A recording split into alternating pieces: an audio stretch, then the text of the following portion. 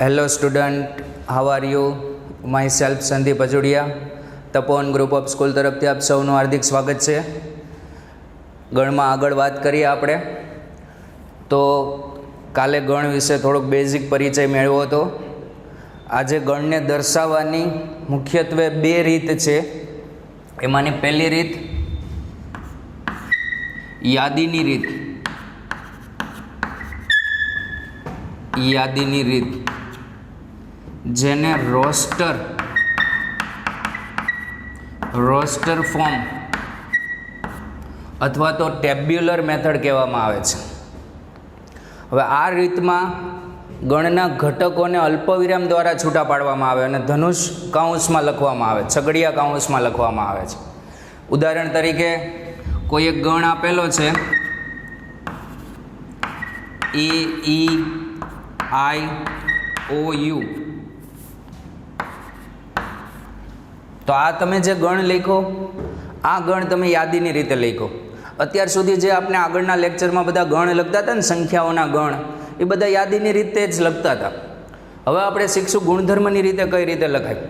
તો પહેલી રીત ગણને દર્શાવવાની યાદીની રીત. યાદીની રીતમાં તમે આ રીતે લખી શકો વ્યાખ્યાની અંદર કે ગણમાં ઘટકોને અલ્પવિરામ દ્વારા છૂટા પાડવામાં આવે છે અને ધનુષ કાઉન્સમાં લખવામાં આવે છે. પ્લસ બીજી વસ્તુ, કોઈ ઘટક રિપીટ ન થવો જોઈએ. જેમ કે મેં અહીંયા કેપિટલ સ્મોલ એ એક વખત લખ્યો છે, પછી ફરીથી સ્મોલ એ લખવાની જરૂર નથી. અને ગણની અંદર ઘટકો દર્શાવવા માટે ક્રમનું મહત્ત્વ નથી. કોઈ પણ ક્રમમાં તમે દર્શાવી શકો અને એક ઘટક એક જ વખત લખવાનો. સેકન્ડ મેથડ ગુણધર્મની રીત. સેકન્ડ મેથડ ગુણધર્મની રીત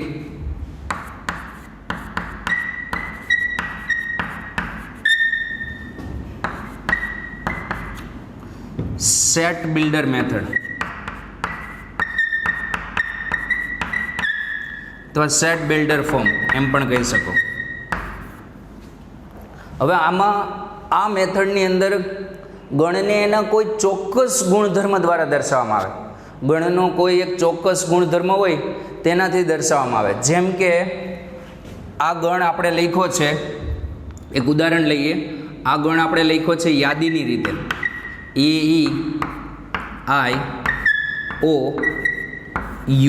આ ગણ આપણે લખ્યો છે. હવે આને હું ગુણધર્મની રીતે દર્શાવું. આપણે હવે પછીનો ટોપિક એ જ છે કે યાદીની રીત આપી હોય અને એના પરથી ગુણધર્મની રીતે દર્શાવવાનું, અને ગુણધર્મની રીત આપી હોય તેના પરથી યાદીની રીતે દર્શાવવાનું. હવે પછીનો પ્રશ્ન એ જ છે, તો આ કઈ રીત આપી છે? આ જે રીત આપી છે યાદીની રીતે આપી છે. હવે આને હું ગુણધર્મની રીતે દર્શાવું તો આ ગણના દરેક ઘટકોને જુઓ, કોઈ એક ચોક્કસ ગુણધર્મ તમને દેખાશે કે આ બધા ઘટકોને જોતાં તમને શું, આ કયા પ્રકારના મૂળાક્ષરો છે, કયા પ્રકારના સ્વર છે, વ્યંજન છે, શું છે. તો અંગ્રેજી મૂળાક્ષરો, અંગ્રેજીના આ જે છે એ 5 સ્વર છે. તો આને તમારે ગુણધર્મની રીતે દર્શાવવું હોય તો આમ દર્શાવી શકો, x કે જ્યાં x એ અંગ્રેજી મૂળાક્ષરમાં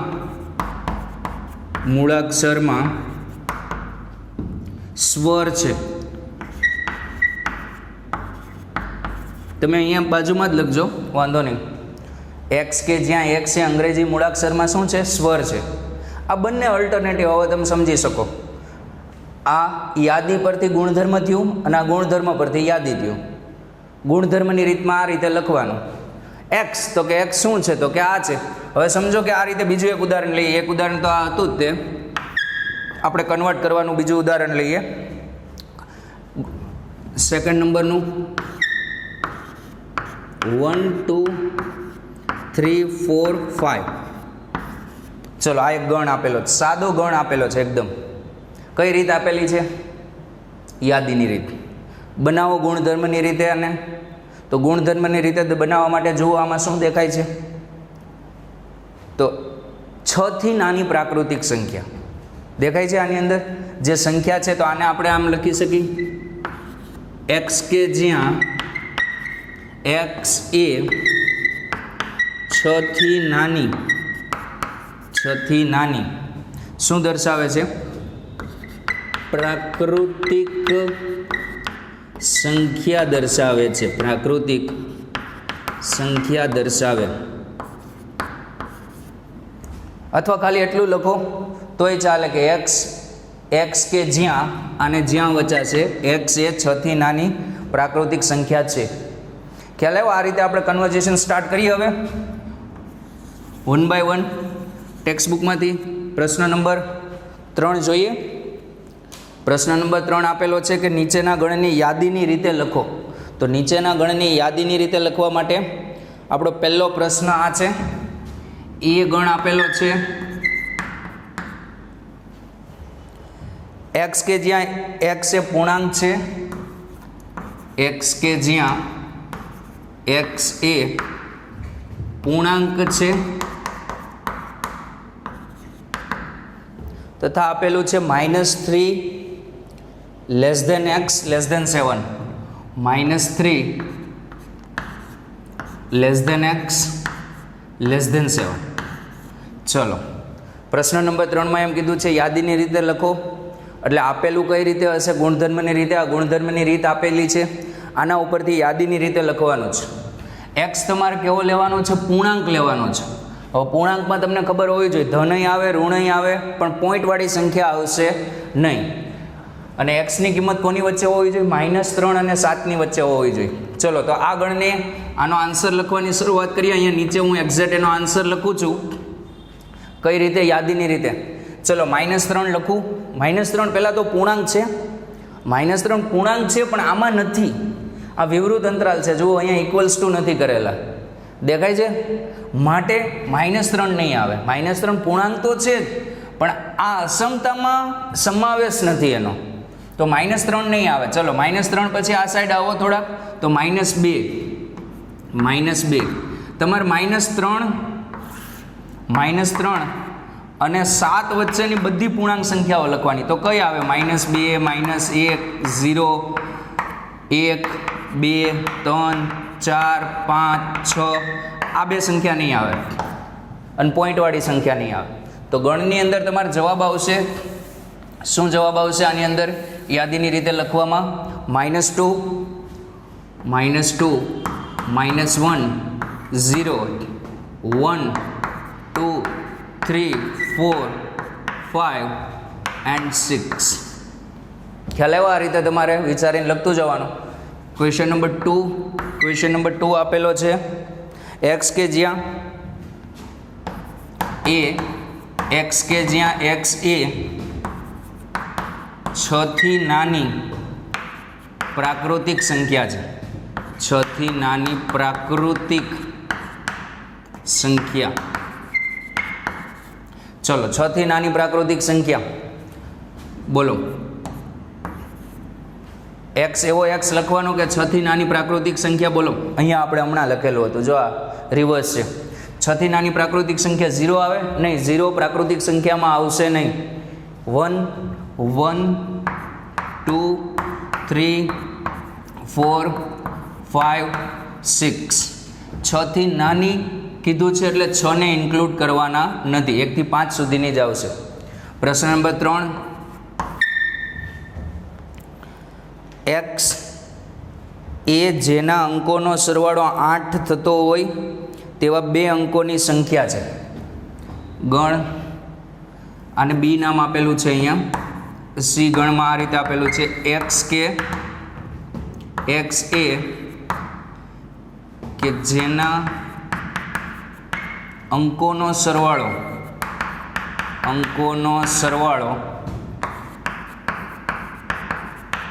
8 હોય તેવી 2 અંકની સંખ્યા છે. તેવી 2 અંકની સંખ્યા છે. 2 અંકની સંખ્યા છે. ચલો, આનો આન્સર બોલો. સી ગણ શું આવશે? અંકોનો સરવાળો 8 થવો જોઈએ અને 2 અંક માટે. તો 11 થી શરૂઆત થાય. અંકોનો સરવાળો 8 થાય એવો 11ની લાઈનમાં જુઓ તો કોણ આવશે?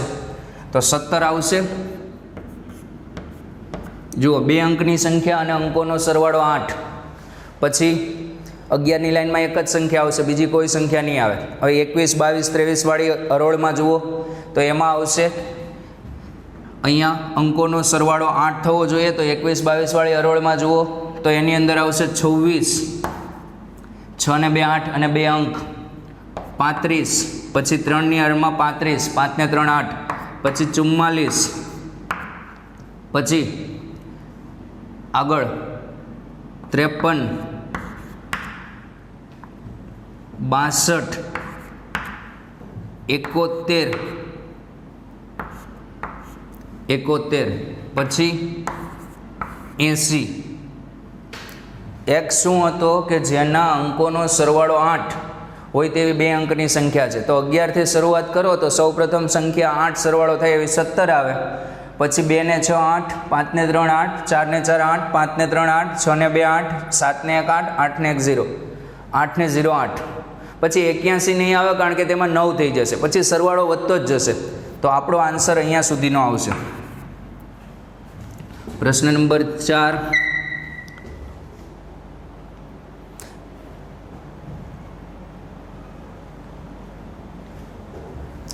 પ્રશ્ન નંબર 4 માં આપેલું છે x એ 60 નો ધન અવિભાજ્ય અવયવ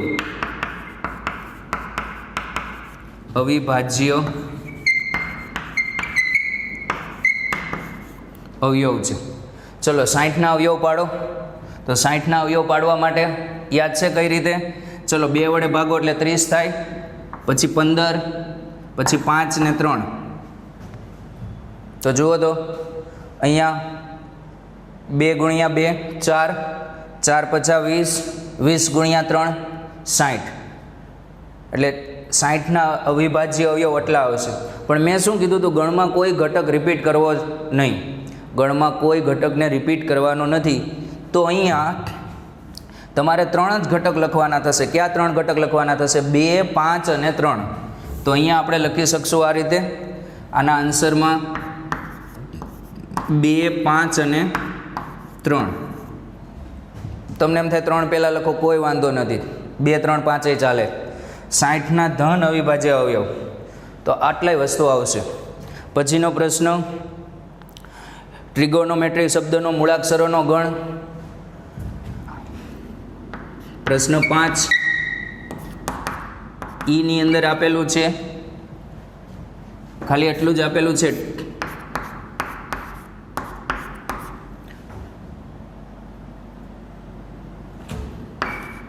ટ્રિગોનોમેટ્રી મૂળાક્ષરોનો ગણ. તો આમાંથી જે મૂળાક્ષર હોય એ આપણે લખતા જઈએ, પણ ધ્યાન શું રાખવાનું? 2 વખત કોઈ વસ્તુ લખવાની નહીં. ચલો પહેલાં ટી અલ્પવિરામ દ્વારા દર્શાવતા જાઓ, પછી આર, પછી આઈ, પછી જી, પછી ઓ, પછી એન, પછી ઓ તો આવી ગયો છે, પછી એમ, પછી ઈ, પછી ટી આવી ગયો છે. ચલો પછી આર પણ આવી ગયો છે, અને પછી કોણ આવશે? વાય.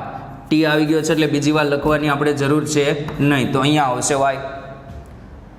ટ્રિગોનોમેટ્રી મૂળાક્ષરોનો ગણ એટલે જેના ટ્રિગોનોમેટ્રી શબ્દમાં જે મૂળાક્ષર યુઝ થયા છે તેને અલ્પવિરામથી છૂટા પાડીને લખી દેવાના છે.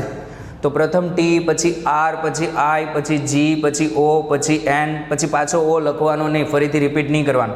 પછી એમ, પછી ઈ આગળ ક્યાંય રિપીટ થયો નથી.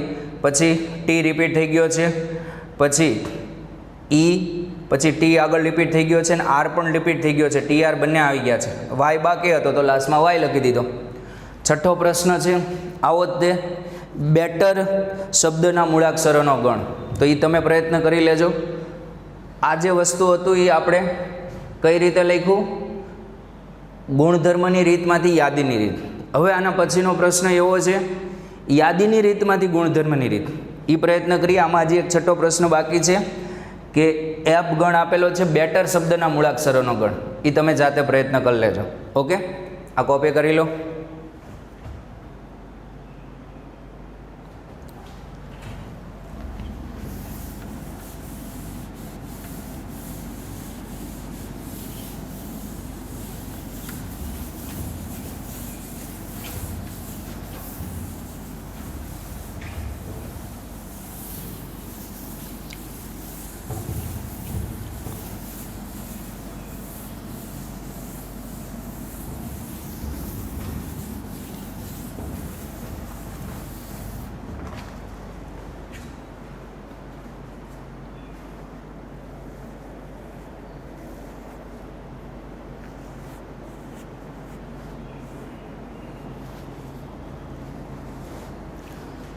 ચલો પ્રશ્ન નંબર 4 જોઈએ. નીચેના ગણને ગુણધર્મની રીતે લખો. પહેલો ગણ આપેલો છે 3, 6, 9, 12. 3, 6, 9, 12. જો ગુણધર્મની રીતે ઘણી રીતે લખી શકાશે, એવું જરૂરી નથી કે હું શીખવાડું એ જ રીતે લખવાનું. બોલો, આમાં તમને શું દેખાય છે? એક તો 3નો ઘડિયો દેખાય છે. દેખાય છે? તો તમે આને આમ આ રીતે લખી શકો. એક્સ કે જ્યાં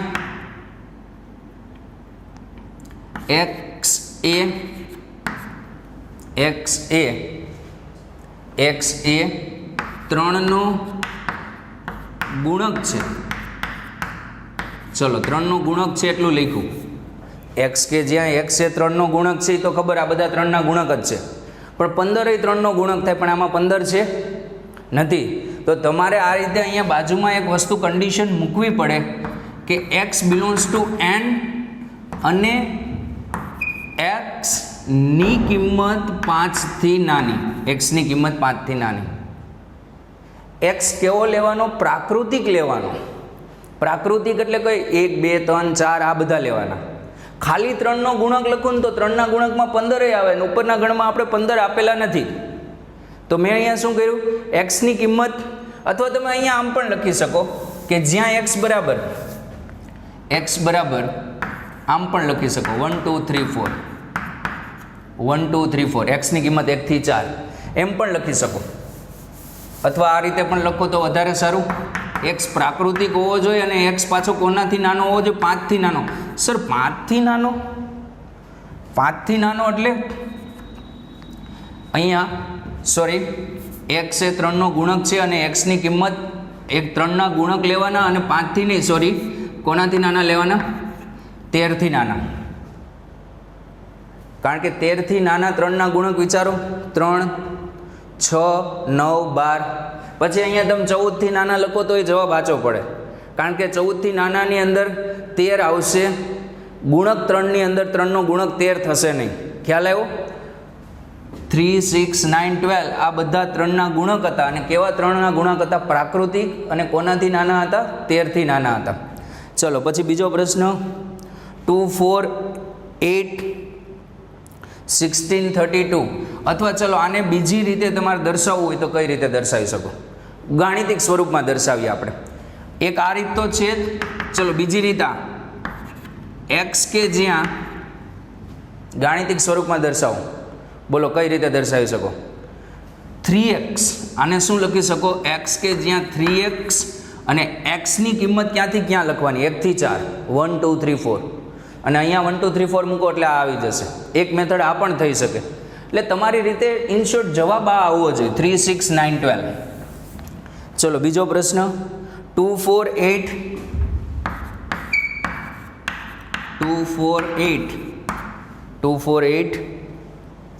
16, 32. જુઓ આને હું કઈ રીતે લખું. પહેલાં તો આને વ્યવસ્થિત તમારે જોવાના. આ 2ની 1 ઘાત, આ 2ની 2 ઘાત, આ 2ની 3 ઘાત, 2ની 4 ઘાત, 2ની 5 ઘાત. તો આપણે આને આ રીતે લખી દઈ કે એક્સ કે જ્યાં એક્સ બરાબર 2ની n ઘાત. 2ની કેટલી ઘાત? એક્સ શું છે? 2ની ઘાત છે. 2ની n ઘાત. હવે nની કિંમત કેવી? nની કિંમત પ્રાકૃતિક. nની કિંમત પ્રાકૃતિક અને nની કિંમત કોનાથી નાની? 6 થી નાની. બધું તમારી રીતે વિચારીને જ લખવાનું છે, કંઈ ગોખવાનું નથી. આ 2ની n ઘાતનો આઈડિયા ક્યાંથી આવ્યો આપને? તો કે અહીંયા જુઓ બધી 2ની ઘાત છે. 2ની ઘાત આપણે ક્યાં સુધી લઈ જવાની છે? 1 ઘાત, 2 ઘાત, 3 ઘાત, 4 ઘાત, 5 ઘાત. તો આપણે 5 ઘાત સુધી લઈ જવાની છે. 1, 2, 3, 4, 5 આ બધી કેવી સંખ્યા? પ્રાકૃતિક સંખ્યા. એટલે n પ્રાકૃતિક લીધો અને nની કિંમત 6 થી નાની. 6 થી નાની એટલે ક્યાં સુધી આવે? 5 સુધી આવે. પ્રશ્ન 3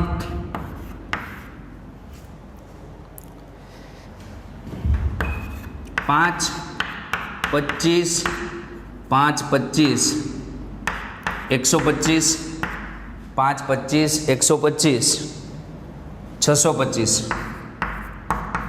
ચલો આ બધું જુઓ તો આ બધી સંખ્યાઓ, આ 5ની 1 ઘાત છે, આ 5ની 2 ઘાત છે, આ 5ની 3 ઘાત છે, આ 5ની 4 ઘાત છે.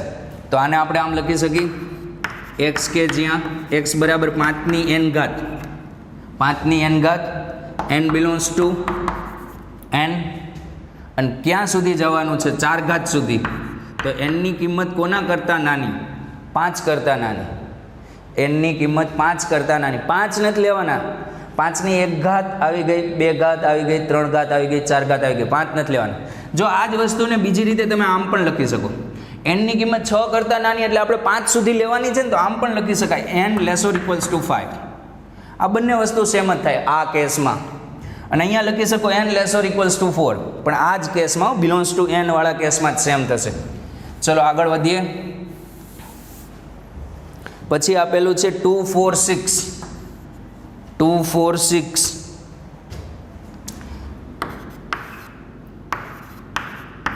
2 4 6 અપ ટુ કરેલું છે, આમાં સ્ટોપ નથી. જોજો જુઓ તો આપ શું દેખાય તમને? સર યુગ્મ સંખ્યા, બેકી સંખ્યા દેખાય.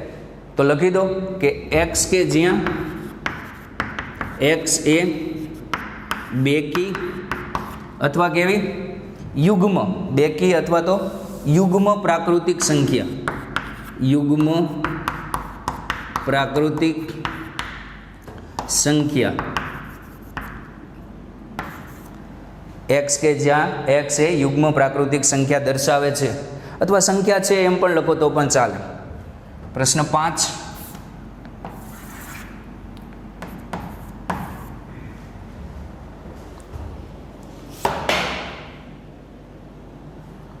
One four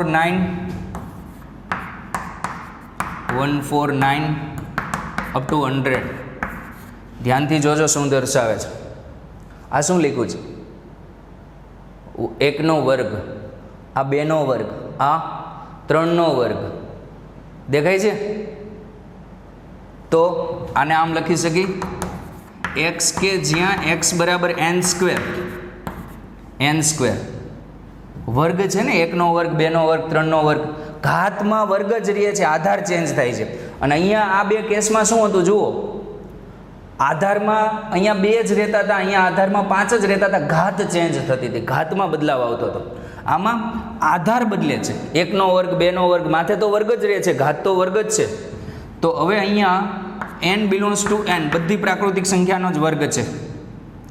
n belongs to n, x બરાબર n square, n belongs to n. અને n ની કિંમત બોલો, n ની કિંમત કોનાથી નાની? 10 અથવા 10 થી નાની. 10 લીધા છે અહીંયા, અથવા એમ પણ લખી શકો 11 થી નાની. હજી આ જે વસ્તુ તમે વિચારી એ મેં એટલે તમને લખી આપી કારણ કે તમે હજી અધૂરું વિચારેલું છે. વિચાર કરો, 1 નો વર્ગ શું થાય? 1 નો વર્ગ 1, માઇનસ 1 નો વર્ગ શું થાય? એ પણ 1 જ થાય. 2 નો વર્ગ 4 ને માઇનસ 2 નો વર્ગ શું થાય? 4 થાય. તો અહીંયા તમે વ્યાપક રીતે વિચારો તો ઋણ કિંમતો પણ ચાલે. તો તમે અહીંયા આ રીતે લખી શકો, કે n ની કિંમત -10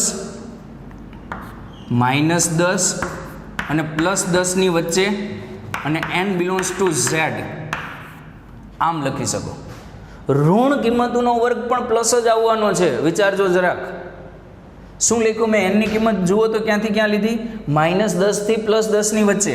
અને z એટલે કેવી? પૂર્ણાંક સંખ્યા. ચાલો આમાં પહેલી પૂર્ણાંક સંખ્યા કન -10. -10 નો વર્ગ કરો, 100 આવી ગયો કે નહીં? પછી છેલ્લી ભલે ને પાછો 100 આવે, આપણે એનાથી શું મતલબ છે? તમારે અહીંયા આ જે વર્ગ લખ્યા છે એ તમને એમ થાય કે 1 થી 10 સંખ્યાના વર્ગ છે, 1 થી 10 સંખ્યાના વર્ગ છે. પણ આની અંદર હજી ઋણ સંખ્યાના વર્ગ પણ આ આવે. અને હજી એક આની અંદર તમારે ઓબ્ઝર્વેશન કરવાની જરૂર છે કે આ જે લખ્યું છે એ એક્ઝેક્ટ છે કે હજી થોડોક ફેરફાર છે, હજી માઇનોર ફેરફાર છે. કારણ સમજાવું. જુઓ, આની અંદર -10 આવે, -10 નો વર્ગ 100 થાય, -9 આવે, -8 આવે, એ બધા વર્ગ આવી જશે. પણ આની અંદર 0 હોતા ના આવે. દેખાય છે? આની અંદર 0 પણ આવે. આની અંદર 0 આવે કે નહીં? 0નો વર્ગ શું થાય? 0.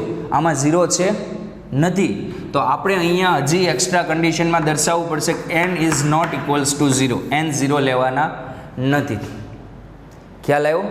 અથવા સિમ્પલ રીતે આને દર્શાવવું હોય તો એમ પણ દર્શાવી શકો બીજી રીતે, x કે જ્યાં x એ 10 સુધીની પ્રાકૃતિક સંખ્યાઓનો વર્ગ, એમ પણ લખી શકો. પણ આ કોમ્પ્લિકેટેડ એટલે મેં દર્શાવ્યું કે તમને ખ્યાલ આવે કે કેવી કેવી કન્ડિશન મુકાય. તમારે બધી કન્ડિશન સેટિસ્ફાઈ થાય એ રીતે વસ્તુ મૂકી દેવાનું. મેં ઋણ સંખ્યા શું કામ લીધી? ફરીથી એકવાર ઋણનો વર્ગ પણ ધન જ થાય. આની અંદર 1 થી 10 સુધીની ધન આવશે અને 1 થી 10 સુધીની ઋણ આવશે, એ બધાનો વર્ગ આ થશે. પણ આની અંદર 0 પણ આવશે તો મેં અહીંયા 0 લેવાની ના પાડી દીધી. કેમ? કારણ કે ગણમાં આપણે 0 આપેલો નથી. ઓકે, તો અહીંયા સુધી રાખીએ. એટલું વ્યવસ્થિત લખીને એક વખત પ્રેક્ટિસ કરજો. થેન્ક્સ.